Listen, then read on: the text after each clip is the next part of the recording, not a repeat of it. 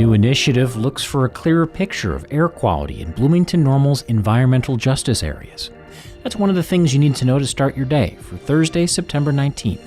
I'm Ryan Denham, and this is WGLT's The Leadoff.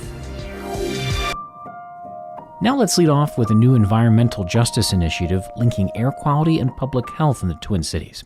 WGLT's Lauren Warnicki has more. Until now, there was just one sensor collecting data on air quality in McLean County. A new initiative looks to gain a clearer picture of places identified as environmental justice areas. That's a term for disinvested neighborhoods or communities who are at higher risk for cardiopulmonary disease due to poor air quality. The Bloomington-Normal Community Air Research and Education Project, or BNCARE, is a multi-agency initiative led by Ecology Action Center. The project aims to collect better, more targeted data about air quality in 3 locations for 3 years. 2 of those are in West Bloomington, including a vacant lot owned by Mount Pisgah Baptist Church. Clean air and clean water is a God-given right. That's Kevin Jackson, a deacon at Mount Pisgah. He's also involved in Bloomington-Normal NAACP, which is another partner in BNCARE. You know, there's a lot of people with compromised respiratory systems, and a lot of them are within this very community. So we feel that this was a good starting spot. Another device will monitor pollution on Washington Street in West Bloomington. And the third is in Fairview Park in Normal. Community members can access air quality levels in real time on BNCARE's website or by signing up for text alerts when quality is poor. For The Leadoff, I'm Lauren Warnicki. Here's some other stories we're following in the WGLT newsroom. Illinois House Speaker Chris Welch says it's too early to say what, if anything, lawmakers will do during this year's fall veto session in Springfield. That 2-week session happens every year, so lawmakers can address pressing legislative needs or consider the governor's vetoes. But there were no vetoes this year. And legislative ideas like money for Chicago's budget troubles or support for a new White Sox stadium probably won't get much traction. The Corporation for Public Broadcasting's Inspector General recommends a nearly $200,000 penalty for Peoria PBS station WTVP's violation of community service grant requirements. The station was audited after financial mismanagement and purported embezzlement led to major cuts last year and to criminal investigations. You can find more on these stories at WGLT.org. As a kickoff to Hispanic Heritage Month, the McLean County Museum of History hosted a community conversation this week on the experience of recent immigrant arrivals. Panelists spoke of multiple ways to help one another through the experience. Panelists Camila Grounke and Jair Bustos work for the Immigration Project based in Normal. That organization serves immigrants from more than 60 countries across downstate Illinois. They told WGLT correspondent Colin Hardman that their nonprofit is looking to expand with grant funding in the near future. That would enable the Immigration Project to serve 4 times as many clients. And that expansion has not been defined for what that's going to look like specifically in terms of legal or social services. We just know there's going to be a need. There is a need, and TIP is going to be able to meet that in different attributes, whether that's legal, social, or now with mental health.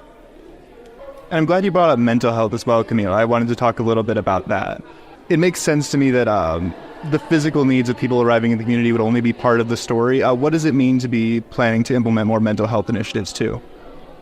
Well, for me, I started very specifically working with the support group. So I facilitated a group alongside Katia Capistan, who is a volunteer at Immigration Project. She's a psychologist in Mexico, certified in Mexico. And we have run a group for migratory grief. So that, for me, meets the need hands-on, right where it's needed, because migratory grief is not something that has been studied, as I shared in the past. It's been studied, but not enough. And so not only are you processing through the move, but you're also processing through the loss of family, through the loss of identity, the change in a new environment, the loss of your language, your culture, your food, so many things. And so having that support for me is something that's very important to facilitate. And I feel like most immigrants, they don't take the time to really focus on their own mental health because they're trying to juggle all these things back and forth. They want to get all these things, family, financial, that they don't really take the time to really focus on their mental health. So having this program here on site for them to think about sometimes opens up that door for them. There's also very few providers that are Spanish speakers. I'm one of a handful of providers, and I haven't even graduated. I've already got a wait list, and that's so hard. That's so hard to navigate because it's not that the need isn't there, it's that there is just not enough people who are able to help and facilitate that. So definitely a place of need for the community. In addition to that kind of support, one thing we heard a lot about tonight is finding those little community enclaves, those places where you can get support. Jer, we heard about how jiu-jitsu was one place where you found that. What role do those play in helping people integrate into the community? That's very important that people feel welcome, and that's what every community wants to do.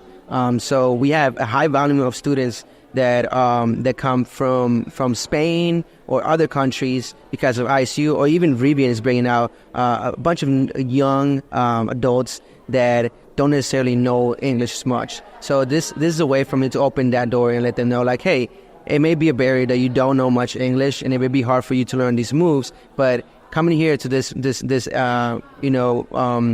agency or legacy that we like to call ourselves, you'll be able to feel just as home, and that opens other communities because so the biggest misconception is that, immigrant, Mexican, or Latino, but I get to meet so many other immigrants that come from Africa or places that just feel just like any other Latino, and it's awesome to see these communities come together.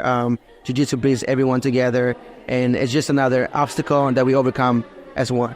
That was Jair Bustos and Camila Gronke with the Immigration Project, speaking with WGLT's Colin Hardman.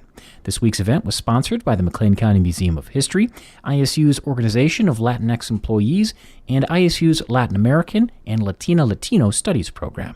And before we let you go, ISU President Andave Taruhuli will deliver his annual State of the University address today at 2. That's in the Center for the Performing Arts. You can listen for coverage tonight at 5 on WGLT's news magazine, Sound Ideas. And that's it for today. I'm Ryan Denham. The show is produced by Rosalie Truback. You can subscribe to The Leadoff on the NPR app or wherever you get your podcasts.